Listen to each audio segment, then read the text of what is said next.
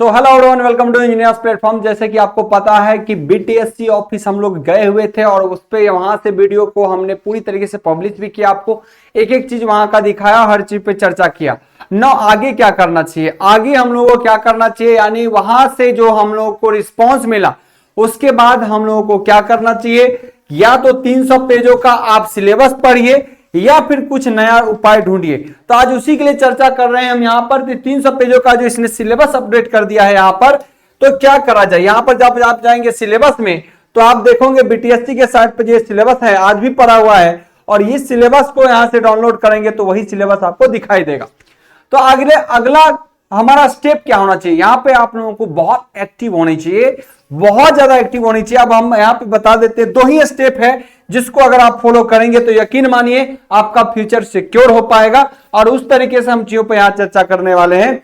आइए, सबसे पहला स्टेप ये है कि या तो 2 काम करिए। देखिए, बीटीएससी के लिए सिलेबस, अगर बीटीएससी चाहते हैं कि आपका बीटीएससी जो है ये आपका हो, अगर चाहते हैं ये आपका हो, इसमें सिलेक्शन आपका हो, तो 2 रास्ते आपके पास खुले हुए हैं।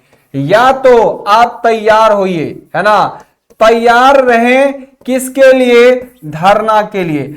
अगर यकीन मैं कहता हूं, अगर आप लोग धरना के लिए तैयार हो जाते हैं, जिसमें सिविल वालों की पोस्ट तो सबसे आता है, इलेक्ट्रिकल 86 पोस्ट के लिए फाइट करेगा, लेकिन 86 क्या, पूरे भारत में एसएससी का जब भर्ती आता है तो 200 पोस्टें होती हैं, 86 पोस्ट एक राज्य के लिए बहुत होता है। अगर हम बात करें तो धरना प्रदर्शन के लिए अगर आप लोग पूरी मजबूती से तैयार होते हैं, पूरी तरीके से चाहते हैं कि नहीं इस एग्जाम के पीछे लगना है, यकीन मानिए जिस दिन आप धरना प्रदर्शन करेंगे आप इसके लिए तैयार होंगे, यकीनन सिलेबस बदलना पड़ेगा।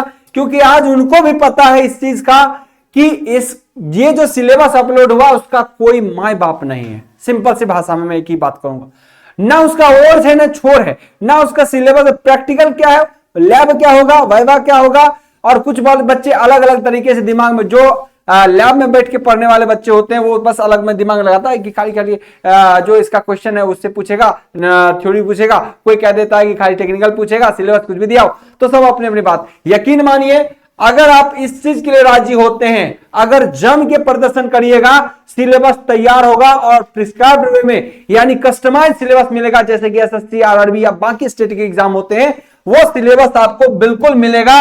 क्योंकि अभी उस पर प्रेशर नहीं पड़ रहा, इसलिए वो अपने मन का काम कर रहा है। पहला स्थिति ये है, आप चाहें तो सिलेबस आपके अकॉर्डिंग हो सकता है, यानी सिलेबस टेक्निकल हो सकता है अगर आप चाहें तो। इसके लिए आपको फाइट करनी होगी, क्योंकि शिक्षा व्यवस्था या जो ये जो स्टाफ का जो रूल है, या जो वहां पे आप कह सकते हो वहां पे जो बंदे लगे हुए हैं वो किसी काम का नहीं है किसी भी तरीके से। क्या सिलेबस है पलट के भी नहीं देखने की उसकी हैसियत है कि किस तरीके से चीजें उसने डाल रखा है।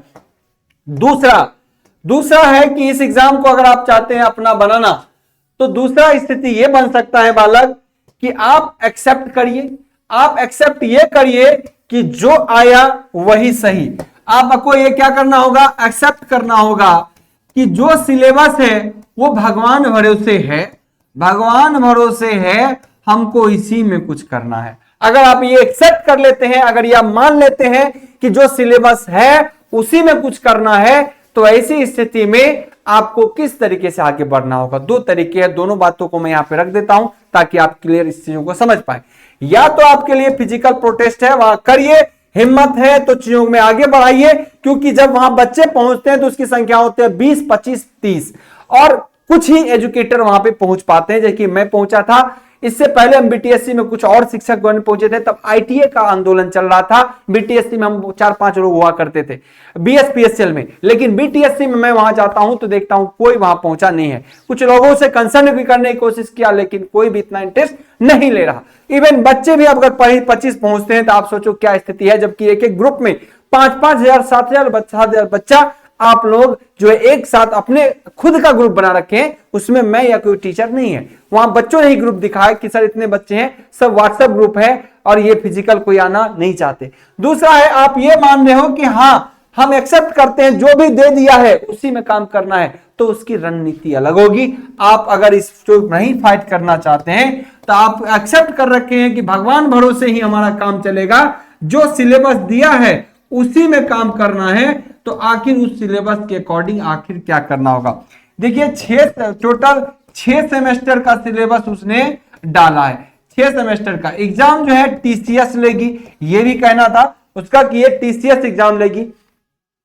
अब 6 सेमेस्टर में देखिए, अगर आपको इसको तैयारी अगर इसी बहानों से आपको करना है, अगर आपको लगता है कि आंदोलन नहीं कर पाएंगे, हमको राम भरोसे भगवान भरोसे है ना ही काम करना है, तो इस 6 सेमेस्टर में आप जो है कोर पेपर को फोकस करिए, कोर पेपर को ज्यादा फोकस करिएगा, कोर पेपर को, क्योंकि यहां पर बालक जो है आपका सिर्फ कोर पेपर जान बचाएगा। क्योंकि 36 सब्जेक्ट अगर हो जाते हैं या 30 सब्जेक्ट ही होते हैं तो 30 सब्जेक्ट मुश्किल है कि आप सेमेस्टर में फिजिक्स केमिस्ट्री बायोलॉजी है ना, फिर फिजिक्स केमिस्ट्री आप केमिस्ट्री 1 केमिस्ट्री 2 बायोलॉजी क्या कहते हैं आपका मैथ्स 1 मैथ्स 2, उसके बाद सभी चीजों को, उसके बाद रोबोटिक्स या जितने भी सिलेबस दिए गए हैं है ना, एआई, उसके बाद इसका इलेक्ट्रिक व्हीकल्स जो ऑप्शनल सब्जेक्ट है उसको देखिएगा तो हमको लगता है 50 से ज्यादा सिलेबस सब्जेक्ट हो जाएगा।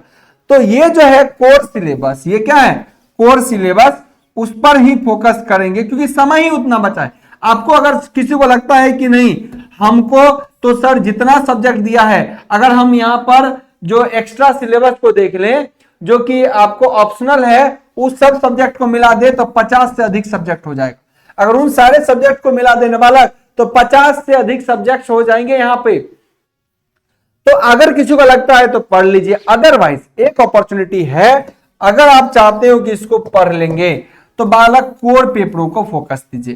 कोर पेपर कौन सा, वो कोर पेपर जो आप एसएससी में तैयारी करते हैं, आरआरबी की एग्जाम में तैयारी करते हैं या किसी भी स्टेट एग्जाम में तैयारी करते हैं, उन पेपरों को फोकस करिए। जैसे कि machine, network, measurement, power system, control system, digital, यानी सभी सब्जेक्ट। ऐसा नहीं कि स्टेट का एग्जाम है आपको आरआरबी के खाली एग्जाम को फोकस करिएगा, नहीं, या एसएससी को नहीं, आपको उसके अलावा भी यानी machine, measurement, basic electrical, network, power system, उसके बाद utilization, estimation and costing, control system, digital, analog, basic electronics है ना, इन सभी सब्जेक्ट को, अगर मटेरियल साइंस पढ़ सकते हैं तो उसको भी फॉलो करिए है ना। इन सब्जेक्ट को ही इतने समय में करने में आपको नहीं बन पाएगा तो बाकी तो क्या ही करिएगा, ये बात ध्यान रखिए।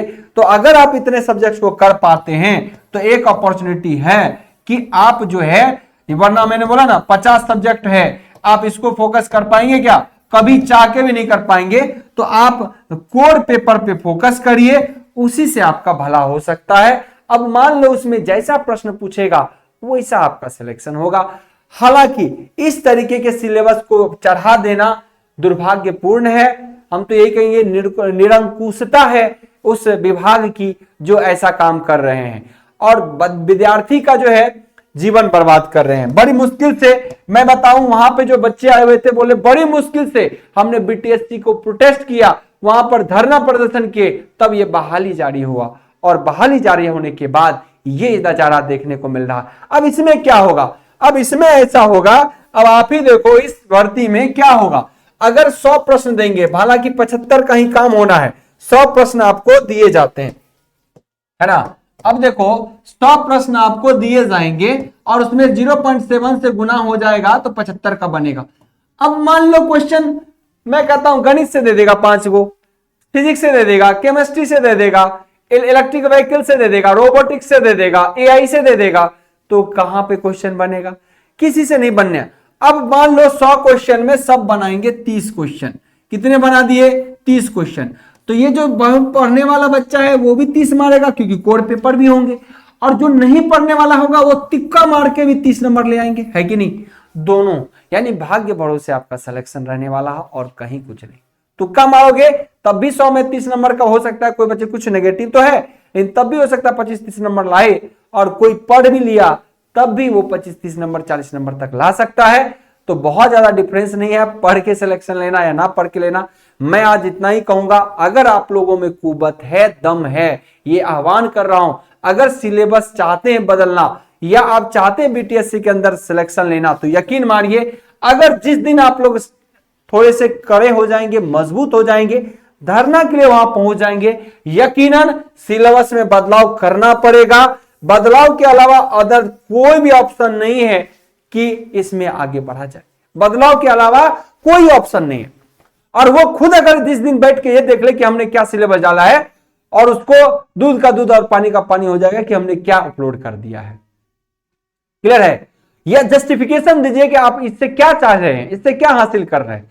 अब कोई इससे कुछ और हासिल करके बोल रहा, हम उसकी बात नहीं मानेंगे। हमारा कहना आप किस तरीके से बीटीएससी आखिर किस तरीके से इसको दिया हुआ।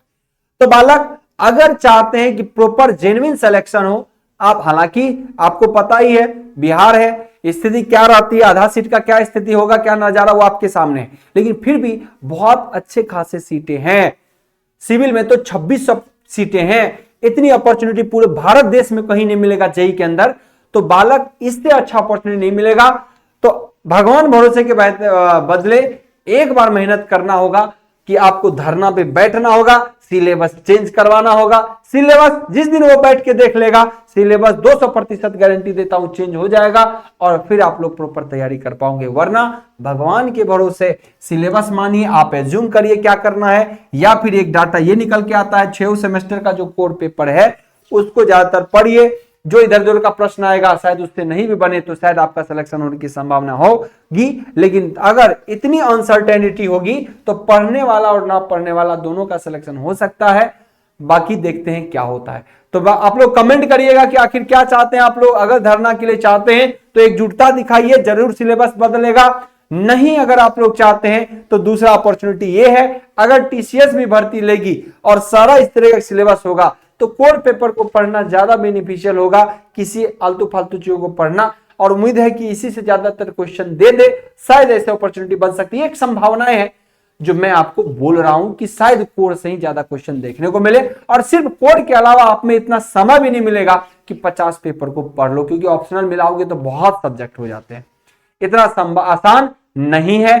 तो देखिए आपको क्या करना है, this is up to you, आप पर है। लेकिन अगर आप में लगता है कि नहीं कुछ करना है तो एक जरूर टाइप करिएगा। आपको लगता हो कि हाँ धरना देना है तो बिल्कुल धरना दीजिए।